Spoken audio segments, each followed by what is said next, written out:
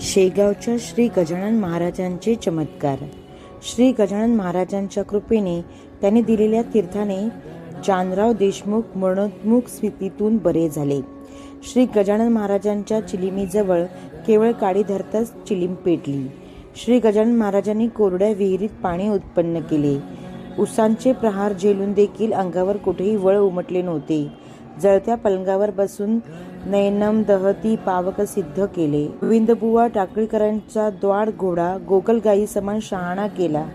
गजानन महाराजांच्या दर्शन मात्रेने द्वाड गाय गरीब झाली.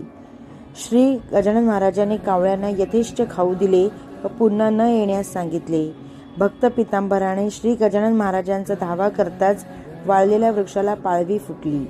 गजानन महाराजांच्या प्रसादाने महारोगी सुद्धा बरे झाले. श्री गजानन महाराजांच्या कृपेने प्रत्यक्ष नर्मदा नदीने सर्वांचे रक्षण केले. श्री गजानन महाराजांनी